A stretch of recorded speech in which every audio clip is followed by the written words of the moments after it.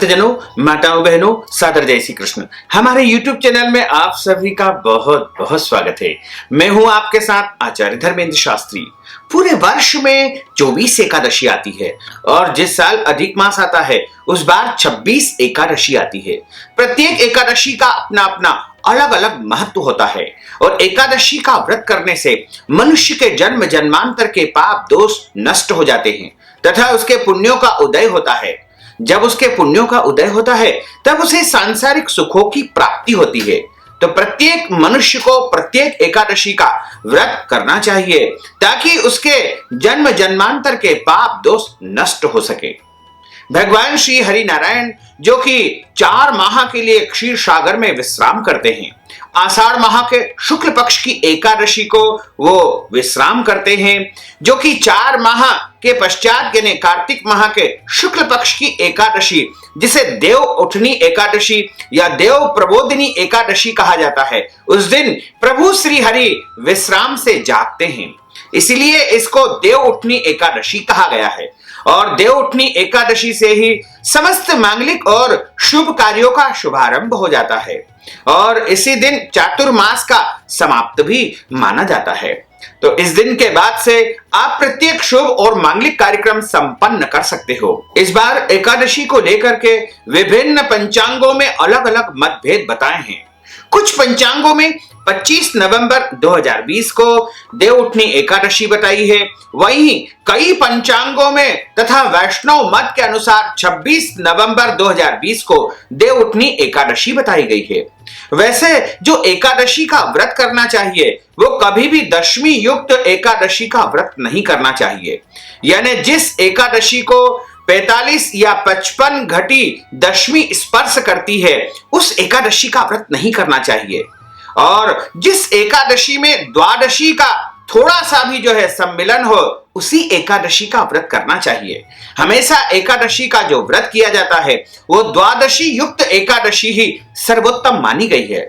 वैसे तो स्मार्त मत के अनुसार दशमी युक्त एकादशी का व्रत किया जाता है, वहीं वैष्णव मत के अनुसार द्वादशी युक्त एकादशी का व्रत किया जाता है। इस बार एकादशी को लेकर के कुछ भ्रमपूर्ण स्थिति निर्मित हो चुकी है, लेकिन हम आपको स्पष्ट कर दें कि इस बार एकादशी तिथि का जो प्रारंभ होगा यानी 24 और 25 नवंबर की रात को 4:06 तक दशमी तिथि रहेगी। उसके बाद से एकादशी तिथि प्रारंभ हो जाएगी जो कि 25 और 26 नवंबर की सुबह 5:50 पर एकादशी तिथि समाप्त होगी। अब आप कहेंगे कि उदया तिथि के अनुसार तो 25 नवंबर को ही एकादशी है, लेकिन इसमें कुछ मतांतर जो है धर्म ग्रंथों और पुराणों में बताया है। निर्णय सिंधु और धर्म सिंधु जो कि हमारे धर्मों के तथा व्रत त्योहारों के निर्णय करते हैं, उनमें लिखा हुआ है कि कुछ मतों के अनुसार 45 घटी या 55 घटी दशमी का स्पर्श हो उस दिन एकादशी का व्रत नहीं करना चाहिए। हालांकि आप देव उठनी एकादशी का जैसे यदि आप तुलसी विवाह करना चाहते हैं तो वो कार्य आप संपन्न कर सकते हैं। 25 नवंबर को आप देव उठनी एकादशी का उत्सव मना सकते हैं, तुलसी विवाह कर सकते हैं, भगवान शालिग्राम का पूजन अर्चन कर सकते हैं तथा देव उठाने का कार्य भी इस दिन आप संपन्न कर सकते हैं। चूंकि इस दिन 45 घटी से अधिक जो है दशमी तिथि का वैध एकादशी में हो रहा है, इसलिए आपको 26 नवंबर 2020 को ही एकादशी का व्रत करना चाहिए। उस दिन 5:50 सुबह तक एकादशी रहेगी, उसके बाद द्वादशी तिथि प्रारंभ हो जाएगी। क्योंकि उस दिन द्वादशी युक्त एकादशी है, इसलिए वैष्णव मत के अनुसार आपको 26 नवंबर 2020 को ही एकादशी का व्रत करना चाहिए। वैसे तो कई भक्तजन 25 नवंबर को भी करेंगे, लेकिन 25 नवंबर को चूंकि दशमी का वैध एकादशी में हो चुका है, इसलिए एकादशी का जो प्रत्येक एकादशी का व्रत करते हैं उनको 26 नवंबर को ही एकादशी का व्रत करना चाहिए। और इस व्रत को पारणा करने का समय यानी व्रत खोलने का जो समय रहेगा वह 27 नवंबर को सुबह 6:46 से लेकर के सुबह 9:46 तक रहेगा। इस दौरान आपको व्रत खोलना चाहिए या व्रत का पारणा करना चाहिए।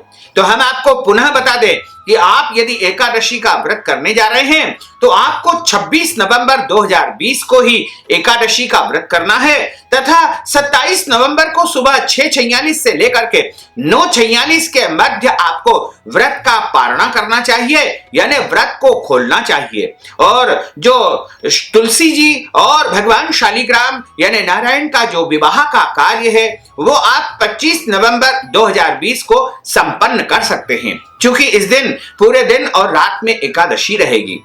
और इस दिन आप भगवान को उठाए तथा उनका पूजन अर्चन करें तथा आप तुलसी जी के गमले में भगवान शालिग्राम की स्थापना करें। गन्ने का मंडप बना करके अपने घर के आंगन में तुलसी विवाह संपन्न करना चाहिए। जिन दंपतियों के यहाँ कोई कन्या नहीं होती है उनको जीवन में एक बार तुलसी विवाह अवश्य करना चाहिए।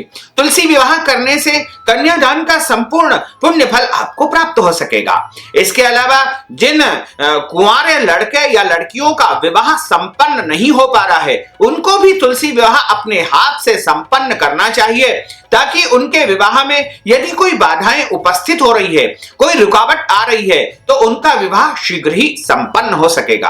तो तुलसी विवाह का जो कार्यक्रम है वो आपको 25 नवंबर को ही संपन्न करना चाहिए। वैसे तो आप चाहें तो 26 नवंबर को भी संपन्न कर सकते हैं, क्योंकि जो तुलसी विवाह का जो आयोजन होता है वह प्रातः से लेकर के देर रात्रि तक होता है। इसलिए आप प्रातः काल यानी 25 नवंबर को दिन में भी तुलसी विवाह कर सकते हैं, दोपहर के समय भी कर सकते हैं या शाम के समय गोधूली वेला में भी आप तुलसी विवाह का आयोजन संपन्न कर सकते हैं। जो मनुष्य तुलसी जी तथा भगवान शालिग्राम का विवाह अपने घर में संपन्न करता है उसके जन्म जन्मांतर के पाप दोष नष्ट हो जाते हैं।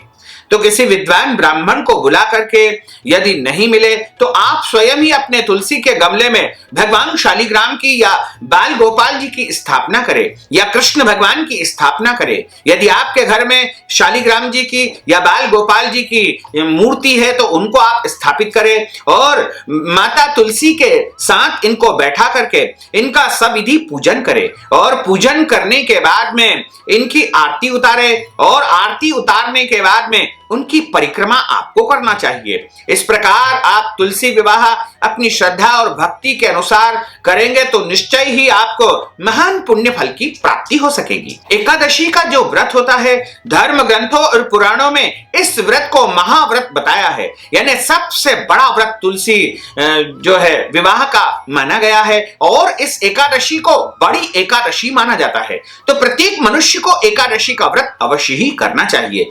एकादशी के दिन ब्रह्म मुहूर्त में स्नान करना चाहिए और स्नान करने के बाद में भगवान का पूजन अर्चन करने के पश्चात आपको संकल्प लेना चाहिए। संकल्प लेने का अर्थ होता है प्रतिज्ञा करना या शपथ ग्रहण करना। संकल्प में हाथ में आपको जो है सुपारी, पीला पुष्प, तुलसी पत्र और कुछ पैसे लेकर के कहना चाहिए कि आज कार्तिक माह के शुक्ल पक्ष की देव उठनी एकादशी या देव प्रबोधिनी एकादशी का व्रत में करने जा रहा हूं या करने जा रही हूं और मुझे इस प्रकार का जो है संपूर्ण पुण्य फल एकादशी का प्राप्त हो। मेरा नाम यह है, मेरा गोत्र यह है। इस प्रकार आपको अपने मन की समस्त कामनाओं को प्रभु के सामने निवेदन करते हुए संकल्प उनको समर्पण कर देना चाहिए तथा आपको एकादशी का व्रत करना चाहिए। एकादशी के दिन चावल न तो घर में बनाना चाहिए न ही चावल खाना भी नहीं चाहिए, यानी चावल का उपयोग इस दिन बिल्कुल भी घर में नहीं करना चाहिए। यदि आपके घर में एकादशी का व्रत नहीं भी होता है तो भी आपको इस दिन चावल नहीं बनाना चाहिए और दशमी तिथि से ही आपको एकादशी व्रत का नियम आरंभ कर देना चाहिए। दशमी तिथि को भी चावल नहीं खाया जाता है और इस दिन एक समय भोजन किया जाता है। शुद्ध और सात्विक भोजन आपको दशमी तिथि के दिन करना चाहिए, यानी मांस, मदिरा, लहसुन, प्याज आदि वस्तुओं का त्याग करके इस दिन शुद्ध और सात्विक भोजन दशमी तिथि को करना चाहिए तथा दशमी और एकादशी की जो रात्रि होती है, उस रात्रि में विवाहित दंपति को ब्रह्मचर्य व्रत का पालन करना चाहिए और अगले दिन आपको जल्दी उठ करके ब्रह्म मुहूर्त में स्नान आदि कर्म से निवृत्त होकर के संकल्प करने के बाद में एकादशी व्रत का नियम आरंभ कर देना चाहिए। और इस दिन आपको ध्यान रखना चाहिए कि किसी भी याचक या भिखारी का दिल नहीं दुखाना चाहिए। घर में आए हुए किसी भी मांगने वाले को खाली हाथ नहीं लौटाना चाहिए। जो भी आपकी श्रद्धा भक्ति हो उसके अनुसार आपको दान पुण्य अवश्य करना चाहिए। इसके अलावा एकादशी के दिन क्रोध नहीं करना चाहिए, विवाद नहीं करना चाहिए, लड़ाई झगड़ा आपको एकादशी के दिन बिल्कुल नहीं करना चाहिए।